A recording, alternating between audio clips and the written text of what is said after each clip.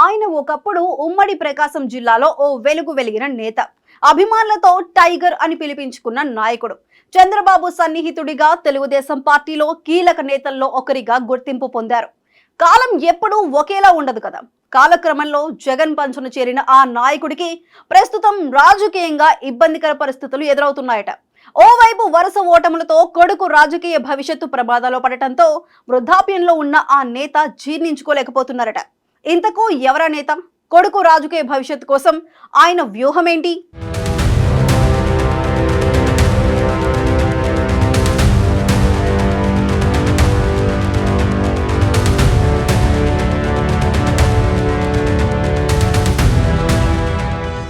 కరణం బలరాం.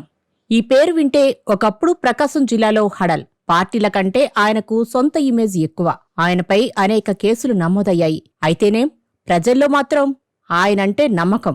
ఉమ్మడి జిల్లాల్లో మార్టూరు, అద్దంకి, చీరాల నుంచి ఎమ్మెల్యేగా, అలాగే ఒంగోలు నుంచి ఎంపీగా గెలుపొంది ఉమ్మడి ప్రకాశం జిల్లాలో మరే నేతకు సాధ్యం కాని రికార్డులు సాధించారు. టీడీపీలో ఉన్న సమయంలో చంద్రబాబుకి అత్యంత సన్నిహితుడిగా గుర్తింపు పొందారు బలరాం. కరణం తెలుగుదేశం తరపున ఎంపీగా, పలుమార్లు ఎమ్మెల్యేగా గెలిచారు. 2019లో చీరాల నుంచి తెలుగుదేశం అభ్యర్థిగా గెలిచిన కరణం బలరాం ఆ తరువాత వైసీపీ గూటికి చేరారు. అంతకు ముందు వరకు ప్రకాశం జిల్లాలో తెలుగుదేశం పార్టీకి పెద్ద దిక్కుగా ఉన్న కరణం బలరాం వైసీపీలో చేరడం అప్పట్లో సంచలనం సృష్టించింది. అయితే తన కుమారుడి రాజకీయ భవిష్యత్తును దృష్టిలో ఉంచుకుని 2024 ఎన్నికల్లో తన స్థానంలో కుమారుడిని పోటీలో దింపాలన్న ఆలోచనతోనే కరణం బలరాం వైసీపీ గూటికి చేరారని అప్పట్లో పరిశీలకులు విశ్లేషణలు కూడా చేశారు.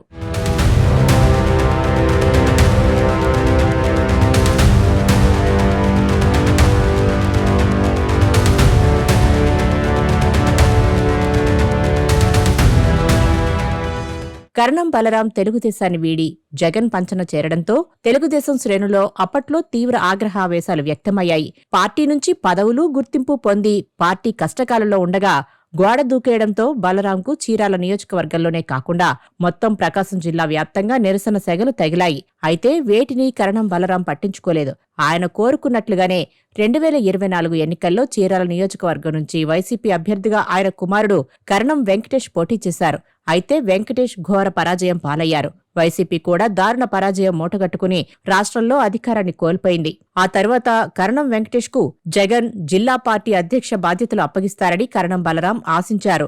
అయితే జగన్ మాత్రం వెంకటేష్ కు ఆ ఛాన్స్ ఇవ్వలేదు. దీంతో తీవ్ర అసంతృప్తికి లోనైన కరణం బలరాం పార్టీ కార్యక్రమాలకు దూరంగా ఉంటూ వస్తున్నారు. ఈ నేపథ్యంలోనే ఆయన తన కుమారుడితో సహా తెలుగుదేశం గూటికి చేరే అవకాశాలున్నాయన్న ప్రచారం రాజకీయ వర్గాల్లో జోరుగా సాగుతోంది.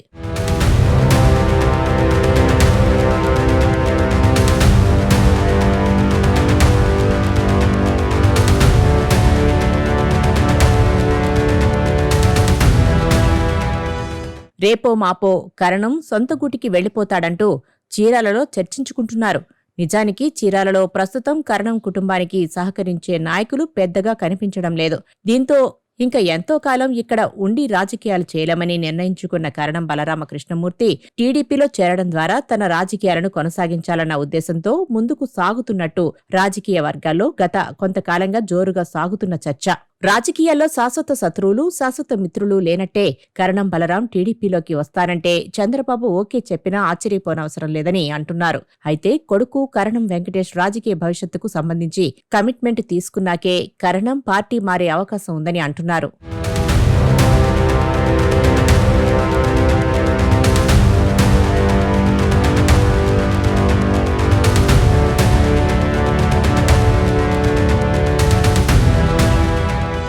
ఒకవేళ కరణం టీడీపీలోకి వస్తే పరిస్థితి ఏంటి? ఆయన కొడుకు కరణం వెంకటేష్కు ఎక్కడ అవకాశమిస్తారు? అటు చూస్తే అద్దంకిలో గొట్టిపాటి రవికుమార్ పాతుకుపోయారు. మార్టూరు రద్దయ్యాక అద్దంకి షిఫ్ట్ అయిన గొట్టిపాటి అద్దంకి నుంచి వరుసగా 4 సార్లు గెలుపొందారు. ఇలాంటి తరుణంలో గొట్టిపాటిని కాదని వెంకటేష్కు అద్దంకి సీటు ఇచ్చే పరిస్థితి లేదని అంటున్నారు. ఇంకోవైపు చీరాలలో మాలకొండయ్య పాగా వేశారు. అక్కడ కూడా ఛాన్స్ లేదని అంటున్నారు. ఈ తరుణంలోనే కరణం బలమైన నియోజకవర్గం వెతికి కొడుక్కు అప్పగించే యోచనలో ఉన్నారని ప్రచారం జరుగుతోంది.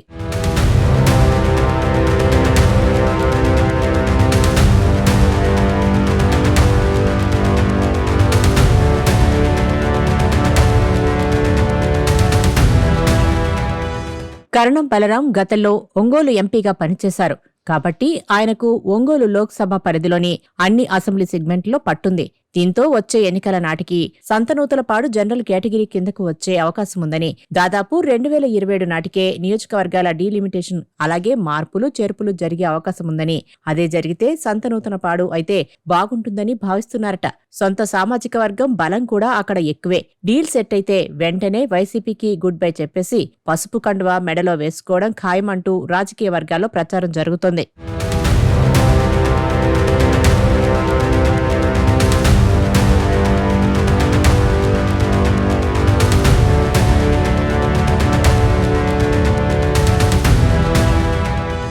కరణం వెంకటేష్ తండ్రికి తగ్గ తనయుడిగా ఎదగాలని కరణం అభిమానులు ఎదురుచూస్తున్నారు. అయితే అద్దంకిలో ఓసారి, చీరాలలో ఓసారి పోటీ చేసిన 2 పర్యాయాలు కరణం వెంకటేష్ ఓటమి పాలయ్యారు. 2014లో అద్దంకి నుండి పోటీ చేసిన కరణం వెంకటేష్ ఆ ఎన్నికల్లో ఓటమి పాలయ్యారు. మొన్న చీరాలలో ఓడిపోయారు. చీరాలలో ఈసారి జగన్ టికెట్ ఇస్తారో లేదో తెలియదు. ఇచ్చినా గెలుస్తారన్నది అనుమానమే అన్నట్లు పరిస్థితి ఉంది. దీంతో డీలిమిటేషన్ తర్వాత సేఫ్ ప్లేస్ చూసుకుని టీడీపీలోకి జంప్ అయ్యే అవకాశముందని అంటున్నారు. అయితే కరణం బలరాం వయసు దృష్ట్యా ఇకపై ఆ కుటుంబం నుంచి ఏ పార్టీలో ఉన్నా కరణం వెంకటేషే పోటీ చేస్తారని అనుకోవచ్చు. ఈ తరుణంలో తండ్రికి తగ్గ తనయుడిగా ఎదిగేందుకు వెంకటేష్ ఏం చేస్తారు? ఆయన రాజకీయ భవిష్యత్తు ఏ మలుపు తిరగనుంది అన్న విషయాలకు కాలమే సమాధానం చెప్పాలి.